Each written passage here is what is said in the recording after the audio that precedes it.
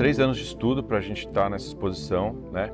De ir nos lugares, fazer captações com câmeras 360, sobrevoos, né? Da casa do Leonardo, Florença, Milão.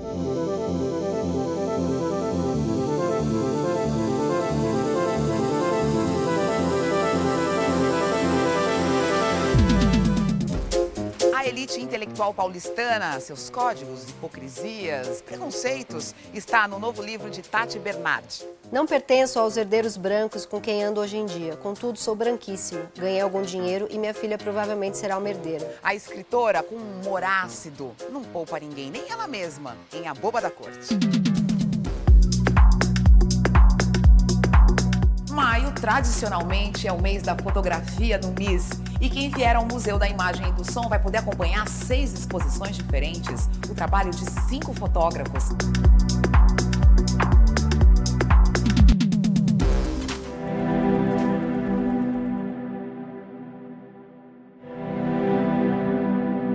A Visual Farm Gymnasium é o primeiro laboratório de artes imersivas da América Latina. O local ocupa 2.200 metros quadrados de área construída, combinando tecnologia e arte.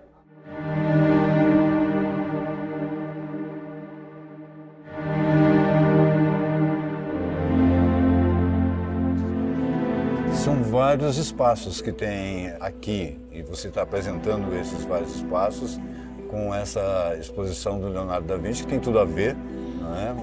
Um gênio multidisciplinar.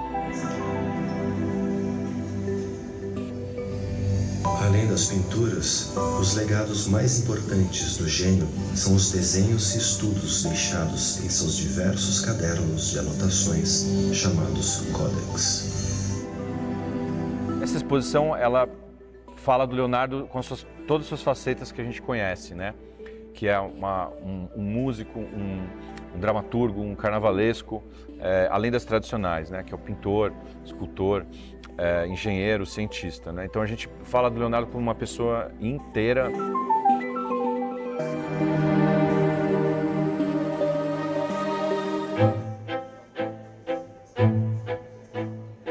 Tem a sala secreta, que você tem que achar na exposição, onde você vai ter essas informações que normalmente não estão expostas. Tipo? Né?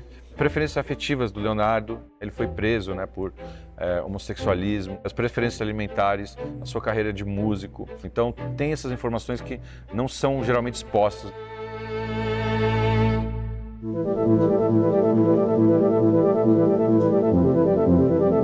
Você começou como VJ? Sim, comecei como VJ. Eu mudei para São Paulo para ser VJ profissional, né, no final dos anos 90, que era a ideia de você poder tocar imagens enquanto o DJ toca a música, improvisando com imagens. A Visual Farm surgiu para dar suporte, né, às minhas criações de VJ e criar novas linguagens, novos elementos. E a Visual Farm ela ganhou um impulso maior quando a gente começou a projetar nos prédios, nas fachadas de prédios. E daí a gente começou a trabalhar também com espaços, ambientes imersivos de projeção, né? Ambientes que tem projeção no chão, no teto, nas paredes.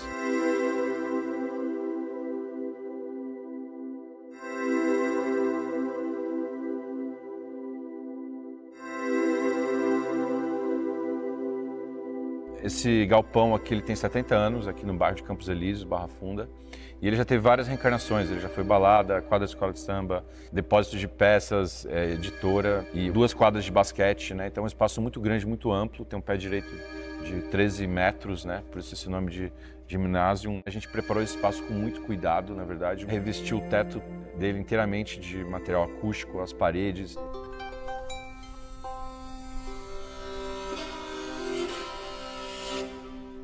E tem um salão master que tem uma projeção externa, a cúpula, né? E um grande paredão também, com guinchos robóticos que movimentam a cenografia. Foi inventado pelo Leonardo isso, né? Foi o primeiro a fazer isso no teatro. Ter essas traquitanas que movem as coisas para criar experiências e contar histórias. Então a gente fez um trabalho de preparar esse espaço para muita coisa legal que vai acontecer aqui nos próximos anos.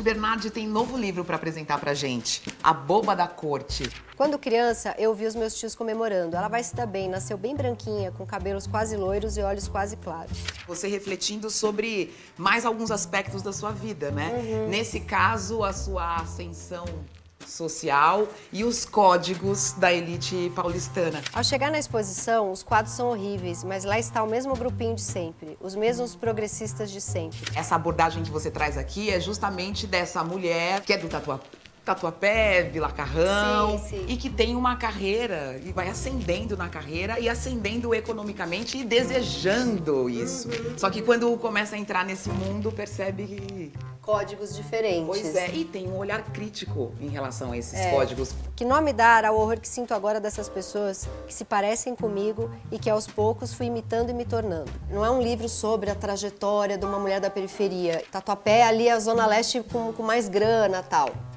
Só que quando eu cheguei na Pompeia, em Perdizes, comecei a trabalhar, os códigos eram completamente diferentes. Então não é um livro sobre uma trajetória de luta, que seria ridículo eu fazer esse livro, né? É um livro, primeiro, tirando sarro de mim, por ter esse desejo dessa ascensão, que é engraçado, depois quando você envelhece, você olhar, né, desse teu desejo, das coisas que você se submeteu para conseguir, quanta gente chata você aturou, quanta festinha idiota você foi.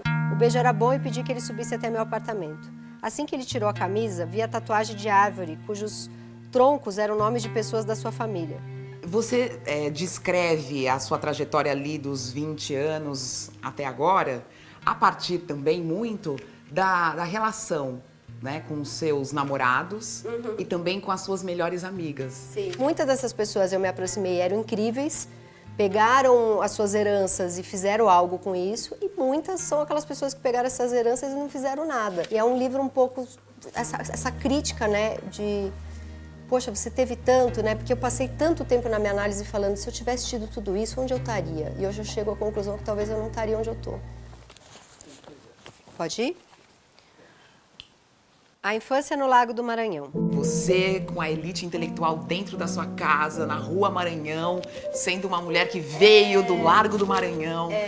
A casa da Travessa do Triunfo, no Lago do Maranhão, na zona leste de São Paulo, era planejada, construída e decorada para ser totalmente devota a uma televisão. O Tatuapé tem esse Lago do Maranhão, né, onde moravam meus avós, e eu ficava muito nessa casa. A gente comia em frente à TV e somente conversava, competindo com os berros do aparelho em frente à TV. E quase sempre o assunto era também sobre o que assistíamos na TV. E aí eu mudo para a Rua Maranhão e uma amiga minha que não conhece São Paulo, porque é do Rio, atrasa muito para chegar na minha festa, porque diz que o Waze foi parar num lugar chamado Largo do Maranhão, na Zona Leste, e ela manda para mim uma mensagem dizendo que ela estava preocupada porque parecia um lugar de desova de corpos, de tão feio que era. E aí nisso eu tô aqui, nesse apartamento que eu tinha acabado de comprar, começo a passar meio mal, assim, fico meio enjoada com aquela frase, né? Eu tô num lugar de desova de corpos, onde eu passei minha infância inteira, né? Meu pai brincava com ar sério que as pedras esverdeadas na parede do quintal eram esmeraldas e que o afresco de cisnes em um lago ensolarado tinha custado uma fortuna. Por muitos anos eu acreditei. O que tem de ficção aqui? O que tem de ficção é que eu pego 3, 4 histórias e ponho num personagem só. Os nomes são diferentes, né? E eu troco um pouco datas, onde eu estava, para proteger, para também troco algumas profissões, né? Tem uma mulher que eu esculacho, que eu dou uma profissão diferentinha para ela. São histórias de verdade que são misturadas e exageradas para ter humor. Então essa parte ficção entra um pouco nisso. Depois do sexo, ele quis dormir na minha casa e eu disse que tudo bem. Ele podia ficar lá no meu sofá, na sala, desde que não fizesse barulho. E tranquei a porta do meu quarto para ele não entrar.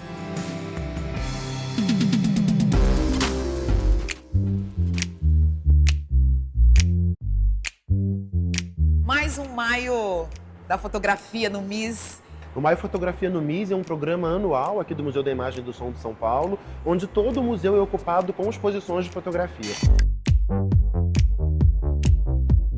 A gente tem uma série inédita da fotógrafa Lara Ovidio, que foi uma das selecionadas no programa de Novos Fotógrafos, Nova Fotografia 2025, e essa série passa a fazer parte da coleção do museu a partir dessa exposição. Seja o que Deus Quiser, da fotógrafa Dani Tancredi, onde ela faz um passeio por diversas regiões do Brasil, mostrando como as religiões no Brasil se conectam tanto com as suas comunidades, com a sociedade local. Uma outra bastante especial é o trabalho de Jean Manzon num recorte sobre o registro de Jean Manzon sobre profissões no Brasil. Uma outra exposição bastante especial é uma sobre o acervo do próprio museu, que conta sobre os primeiros equipamentos para fixação de imagens sem movimento, imagens estáticas, para que elas fossem fixadas e pudessem ser guardadas. E uma exposição internacional que deixou a gente radiante de poder trazer para o Brasil pela primeira vez é Can You Feel It, do fotógrafo Bruce Talamon. Pela primeira vez fora dos Estados Unidos, um verdadeiro panorama da cultura black music nos Estados Unidos nos anos 70 e nos anos 80.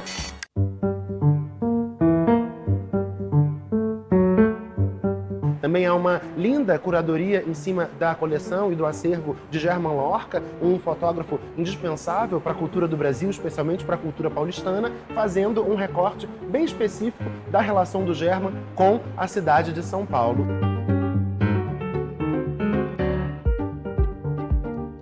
Henrique é filho do seu Germán Lorca e um dos curadores da exposição. Uma exposição que faz com que a gente tenha esse passeio por São Paulo e perceba o quanto a cidade mudou e o quanto é importante essa documentação e esse olhar dele, né, para a cidade.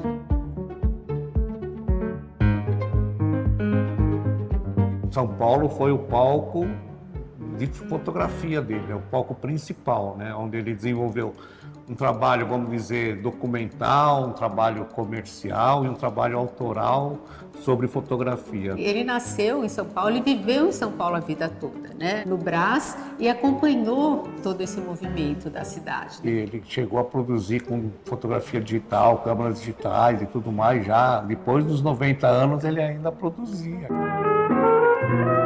Meu pai morava na rua Almirante Barroso, no Brás, e a mãe do Nelson Gonçalves, segundo meu pai, morava ali também. E meu pai ficava com a minha mãe na janela de casa, ouvindo o Nelson cantar. E isso inspirou ele a fazer essa foto. É uma das fotos que está no acervo do MoMA, em Nova York. Hoje não existe nada mais entre nós. Essa aqui é a mais antiga da exposição. Ele era contador, né? Então ele foi visitar um cliente, e aí voltando do cliente, como ele conta, ele viu essa cena dos bombeiros tentando apagar o fogo no bonde, né? Porque tinha sido aumentada a passagem e o pessoal, por revolta, botou fogo no bonde. Aí rapidamente ele tirou a câmera da bolsa e fotografou. Isso é a história da fotografia, Sim, não é não? Isso é a história da fotografia. O Metrópolis de hoje fica por aqui. Mais conteúdos nas nossas redes sociais.